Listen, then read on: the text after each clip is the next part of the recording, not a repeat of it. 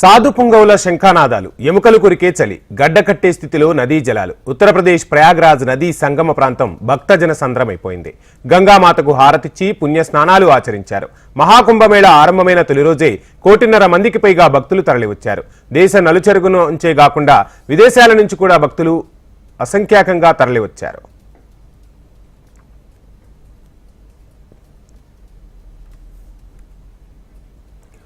ఇక ఈ చారిత్రక సంబరంలో స్వయంగా భాగస్వామ్యమయ్యేందుకు కొందరు కళ్లారా తిలకించేందుకు మరికొందరు వేలాదిగా ఇలా తరలివచ్చారు. ఎక్కడ చూసినా జనమే జనం. గంగా, యమునా నదులతో పాటు అంతర్వాహినిగా ప్రవహించే సరస్వతీ నది సంగమాన్ని పవిత్ర స్థలంగా భావించి పుణ్య స్నానాలు ఆచరించారు.